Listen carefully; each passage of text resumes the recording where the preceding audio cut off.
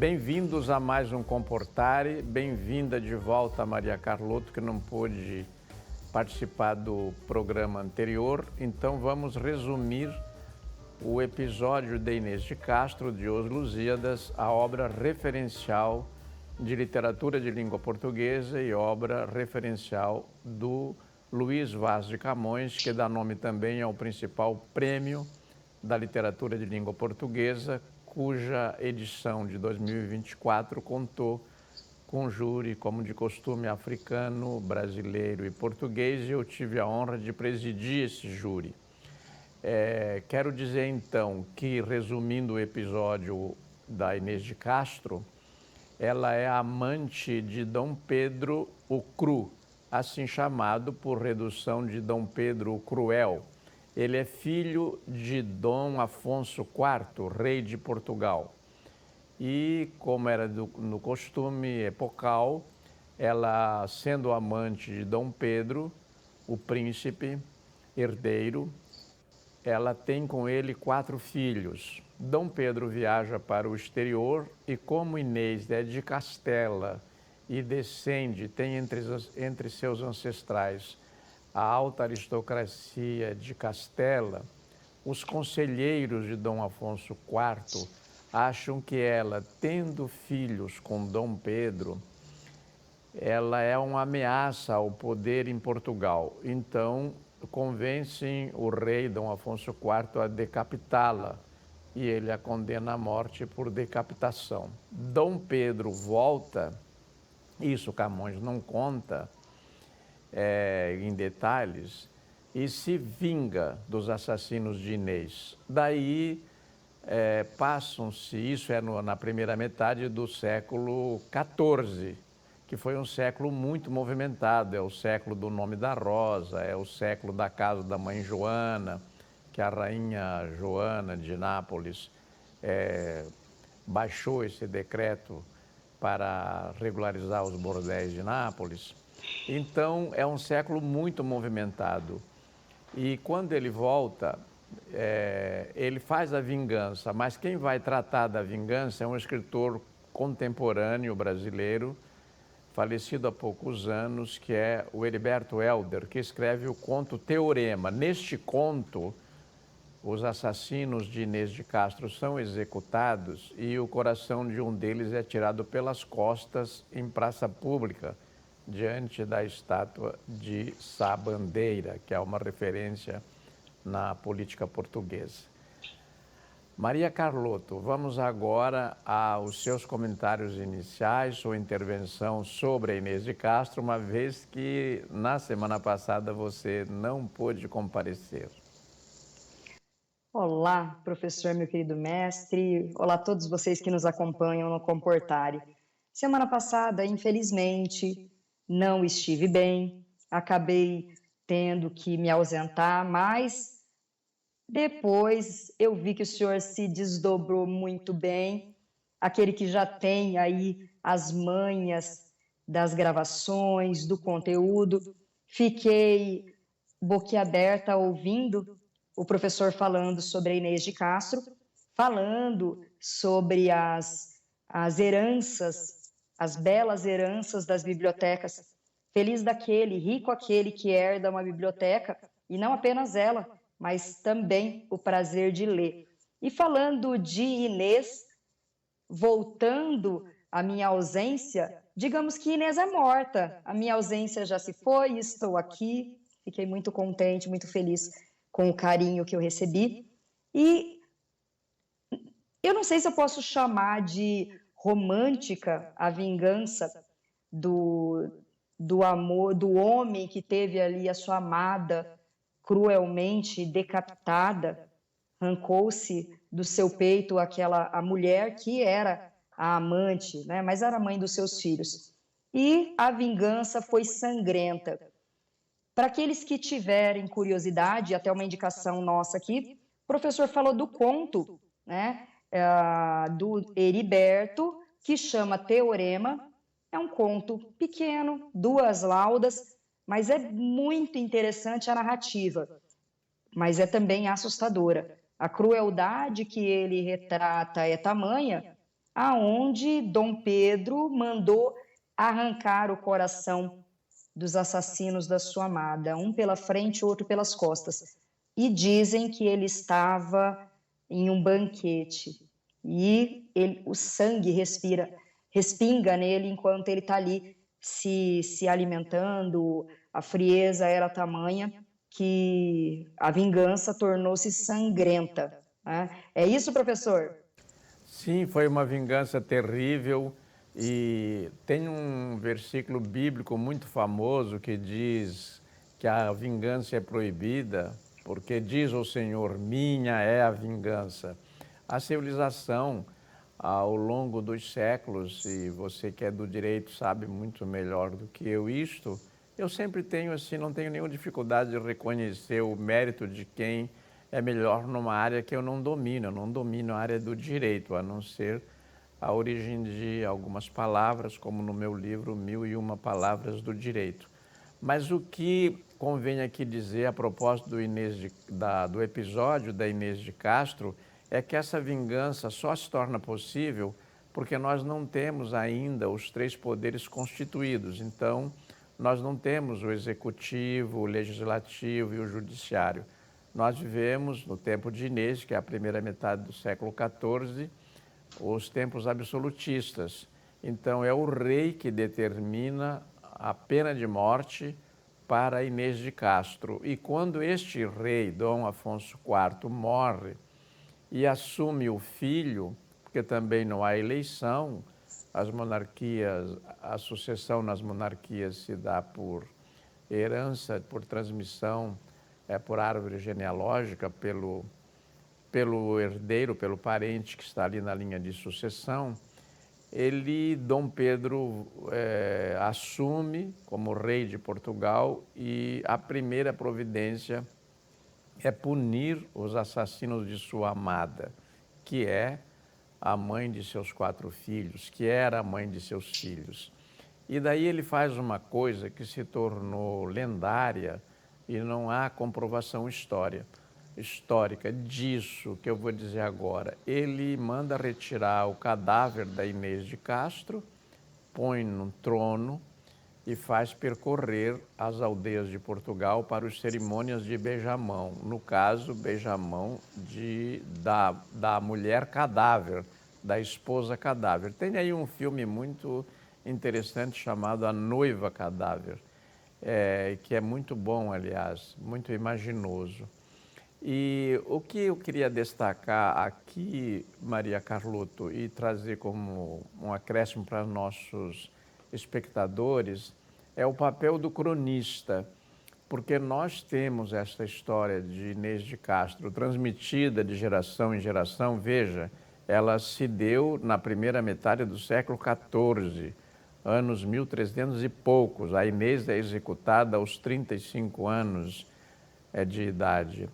E ainda hoje se fala dela, então já são quase 8 séculos, graças a quem primeiro narrou, que foi um cronista, o cronista Fernão Lopes. Eu te pergunto, Maria Carlotto, o que você tem a dizer a respeito de temas que estão sendo ou podem ser tratados pelos nossos cronistas contemporâneos? Professor, se eu não me engano, posso estar enganada, data máxima vênia, Fernão presenciou o fato. Se não me engano, eu li em algum lugar, né, que a crueldade com que foi praticamente uma celebração, aonde foi tirado o coração dos assassinos da sua amada, ela foi presenciada e foi descrita. Por isso que se tem determinada certeza sobre aquilo que aconteceu. Posso estar enganada se foi Fernão, não me recordo. As histórias, e já vem, né, a história ela se propaga com o tempo, as histórias, pelo conto daqueles que são mais velhos, e isso vai passando de geração em geração. Para quem gosta de escrever conto, para quem gosta de fazer as narrativas, as histórias cotidianas são maravilhosas. Assim como nós temos os Lusíadas, A história do nosso povo é muito rica e rende aí várias situações, desde a Constituição dos Três Poderes, como o professor falou, até o cotidiano, o fato de pegar o ônibus, de ir ao trabalho. Então, poder observar essas cenas com olhos de quem vai contar para os outros é com que faz com que a lenda se torne verdade, né? Quem que iniciou essa história? Eu até hoje fico imaginando a Inês vestida com aqueles vestidos belíssimos, cheios de forros, sem a cabeça, né? Porque ela foi decapitada. Então, como que foi aquilo? Ela foi passando de vila em vila e as pessoas eram obrigadas a beijar a mão daquele defunto. Isso foi contado, não se sabe se é verdade ou não. Quantas outras histórias também passaram a ser contadas e continuaram sendo contadas, né? Quantos contos que a gente não sabe se são reais ou não. A gente só sabe que eles existiram na memória, na lembrança, na imaginação de alguém. Maria Carlotto, olha, o Fernão Lopes, ele fez aquilo que, em geral, os cronistas, sejam ou não contemporâneos do que aconteceu, eles tratam como temas, né? Às vezes você trata de um tema do qual você é testemunha ocular, auricular, é do seu tempo, e outros temas, você também é uma boa cronista, outros bons cronistas, aliás, aí em Mato Grosso do Sul. A crônica é um gênero muito praticado no Brasil, eu mesmo fui cronista por 30 anos, agora eu faço crônicas só no Facebook. Ia parar de fazê-las no Facebook, mas eu recebi um aviso a que eu dei muita atenção. A pessoa disse assim: eu só consigo ler o senhor, alguma coisa que o senhor escreve, porque é de graça e porque está no Facebook. Então, porque eu não tenho acesso a outro tipo de texto, então eu não parei. Mas é o seguinte, o Fernão Lopes, ele ouviu essa história, que já era popular ao tempo dele. A Inês, eu acho que é executada em 1355, ela é da primeira metade do século XIV. E o Fernão Lopes, ele nasce uns 30 anos depois, ou 40 anos depois. O fato é que a Inês já tinha sido morta, ele não era nascido, nasceu décadas depois. E esse tema é muito vivo na memória portuguesa, na tradição oral, não é? Eu achei muito oportuno você dizer isso, lembrar que podia ser contemporâneo, porque contemporâneo realmente foram do mesmo século, mas ele não pode ter presenciado. Cá hoje, eu estou lembrando aqui, para começar pelo Sul, um grande cronista, que é o Sérgio da Costa Ramos. Ele está há anos como cronista, às vezes diário, às vezes semanal, nos jornais catarinenses. Lá em Santa Catarina tem também o Moacir Pereira. E no Rio Grande do Sul tivemos até há bem pouco tempo, publicando suas crônicas, um grande cronista, que é o Luiz Fernando Veríssimo. Quando a gente está subindo do Brasil meridional, que vem para o Paraná, ali temos um cronista que é o Dante Mendonça, que também agora está se revelando. Ele sempre praticou, mas agora está acontecendo. Ele está nessa semana, nesses dias, ele está em Paraty, no encontro de aquarelistas, que é também um grande aquarelista. E o cronista é isso, ele é um pintor da vida moderna, da vida dos tempos em que ele vive. O contista também é isso, só o romancista que precisa lidar com coisas mais complexas, com mais tramas, com coisas mais amplas. Eu admiro muito os praticantes das narrativas curtas e da poesia, porque eles têm essa capacidade de usar poucas palavras e dizer muito. Mas prossiga, Carlotto, porque é muito interessante a gente ter um olhar feminino sobre as coisas, dada a natural intuição da feminina que em você é tão aguçada. Eu lembrei professor. Na verdade, quando o senhor disse que o Fernão nasceu mais ou menos uns 30 anos depois, eu me recordei que, na verdade, ele ouviu do Carrasco. A narrativa que ele escreve, ela é tão rica, porque ele ouviu do Carrasco que narrou a execução, como aconteceu. Então, o senhor, como sempre, muito correto. Eu li a Inês, e justamente por isso, porque da onde veio Inês é morta? Por que a gente fala Inês é morta? E fui ler a história da Inês, e aí descobri que essa Inês é a Inês que foi a amada de Dom Pedro, que foi decapitada e que causou o espanto da população, dizem, né, que pelo beijamão. A leitura que a gente faz de tudo isso, professor, principalmente olhando para os dias de hoje, a morte de Inês me faz lembrar muito, e o senhor tocou também na organização do Estado através dos três poderes, onde o rei determinava e hoje não, nós temos legislação. E antes disso, nós tínhamos a lei de Talião, que era olho por olho, dente por dente. Se matou o seu filho, você mata o filho dele também. E nos dias de hoje, nós temos que chamar atenção, e o programa também, o nosso Comportare tem essa função social, que é alertar para situações que estão em evidência hoje. E nunca se matou tantas mulheres como nos dias atuais. Entre 2015 e 2023, uma média de 10.650 mulheres foram assassinadas no Brasil. E o feminicídio, que é o crime de ódio relacionado ao gênero, ele tem que ser abominado, ele tem que ser trabalhado, informado, e a gente tem que lutar contra isso. Né? Falando de Inês, apesar de não trabalhar na área criminal, me lembro, ainda com muita frescura, com muito frescor das aulas de direito penal, e o feminicídio é um assunto que a gente não pode deixar nunca se calar. A gente deve falar, evitar que isso aconteça, evitar que mais mulheres sejam assassinadas. Eu acabei de lembrar da frase "quem ama não mata", que foi a frase do Doc Street, não foi? Da época quando houve o assassinato, Doc Street assassinou a modelo, e aí, quem ama não mata. Então, não se mata ninguém, principalmente por questões de gênero.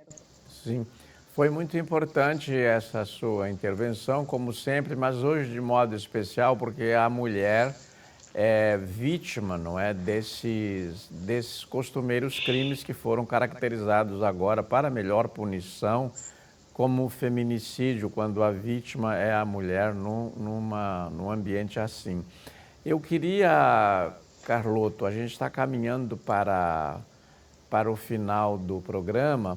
Eu queria lembrar também que aqui no Rio de Janeiro nós tivemos uma grande cronista, e eu tive a sorte de conhecê-la, que foi a Clarice Lispector, que publicava suas crônicas no Jornal do Brasil.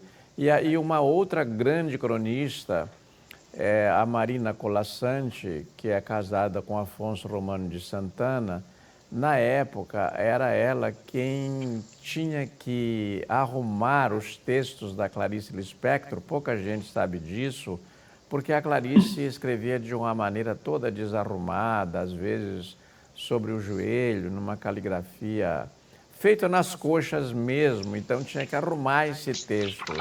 Eu espero que a Marina Colasanti, um dia, ela conte em suas memórias de algum depoimento. Já não contou e eu tenho perdido, porque hoje há uma proliferação de depoimentos, nós não podemos ouvir todos.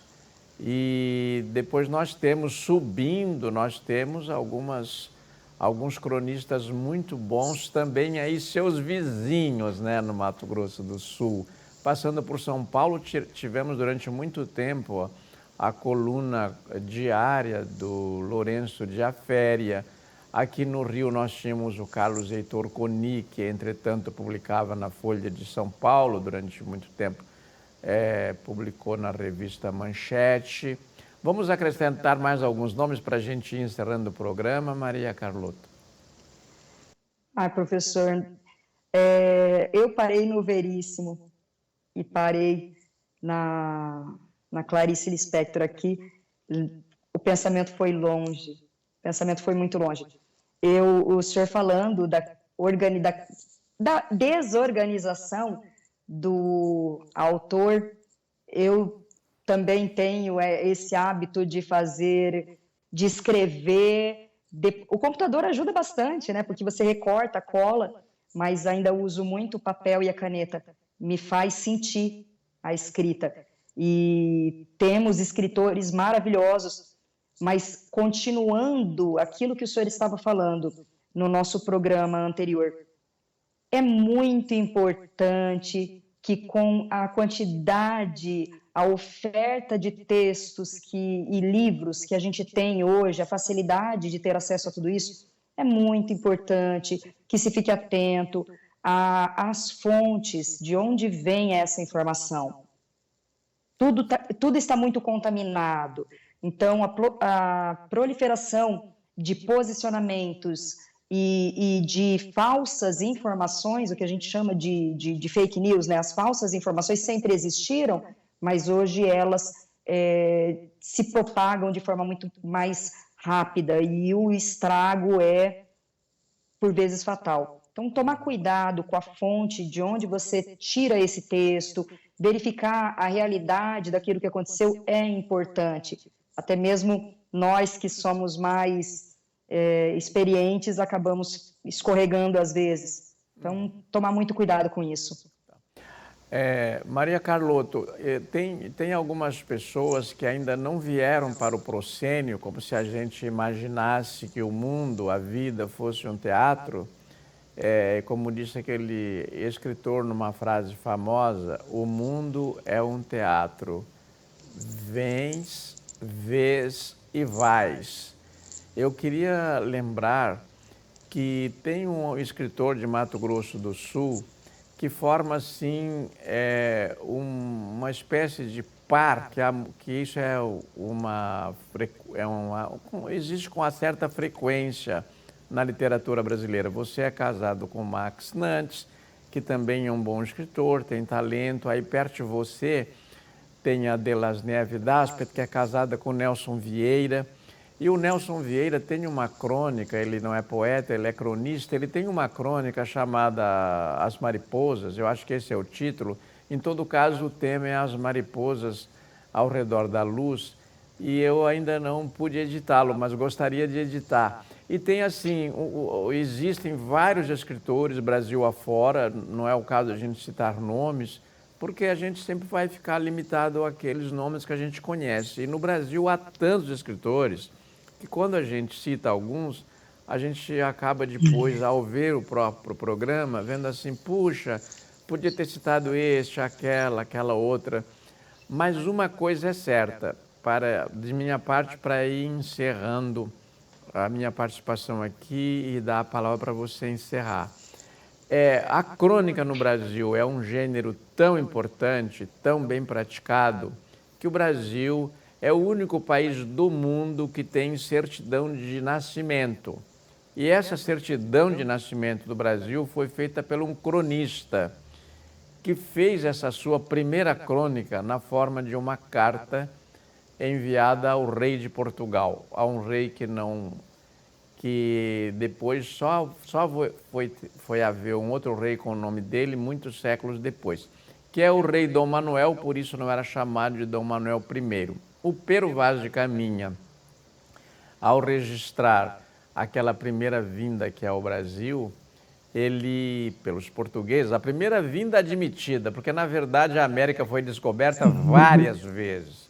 Se nós fôssemos registrar todas, tinha que dizer assim, não o descobrimento da América, mas os descobrimentos da América, né? O próprio Portugal já tinha conhecimento do Brasil. E ele faz essa crônica em forma de carta, que é a carta de Pero Vaz de Caminha. Então eu queria terminar o programa recomendando a leitura da carta do Pero Vaz de Caminha. E aproveito para dizer o seguinte, ele não usa a palavra caravela uma única vez. E eram 13 naus e ele não usa a palavra caravela uma única vez. E ele era muito observador, não foi por falta de observação, porque ele viu também o que as Índias, ele olhou bem para as partes íntimas das Índias e apreciou dizer que eram saradinhas, não é? Com a palavra, então, você, Maria Carlotto, para hoje você encerrar o programa. Que honra a minha, né? Muito obrigada, professor. Eu fico sem graça e eu me policio. Como convivo em uma cidade razoavelmente pequena e cercada de grandes escritores, aqueles que são meus amigos, que são parentes, eu tomo cuidado para não citar nomes, para não acabar esquecendo de alguém e acabar sendo objeto de ciúme, de tristeza. Então, um grande abraço. Aqueles que tiverem a curiosidade, Mato Grosso do Sul produz muitos escritores, poetas, cronistas, contistas, tá? Eu gostaria de encerrar dizendo para todos vocês que a leitura ela é libertadora. Seja qual gênero for a leitura, ela é libertadora. Ela transmite paz, ela traz conhecimento, ela consegue levar o leitor para qualquer lugar que ele queira, e ele não se limita àquilo que o escritor colocou. Cabe a você, leitor, imaginar o vestido, imaginar todo aquele contexto. Quando o professor falou, Pero Vaz de Caminha, observando as mulheres que ali encontrou, me veio rapidamente à mente, né? Rapidamente, a palavra, ele observou as mulheres com as suas vergonhas, né? E elas eram todas muito bonitas. E vem uma música também, Jorge Benjor, bonitas, coloridas por natureza. A minha cabeça ela funciona assim, sempre puxando um texto, puxando uma música. E eu encerro a minha participação hoje agradecendo o carinho de todos, desejando a todos que façam sempre boas leituras, procurem bons livros e desejo que todos possam herdar, assim como eu herdei, herdar uma biblioteca e com ela o prazer, a magia da leitura. Um grande abraço para todos, professor, muito obrigada a todos que estão aí, que nos auxiliam para que o nosso Comportare seja sempre um sucesso. Fiquem com Deus e até mais. Saúde, Maria Carlotto, e saúde a todos os ouvintes, espectadores, até de repente.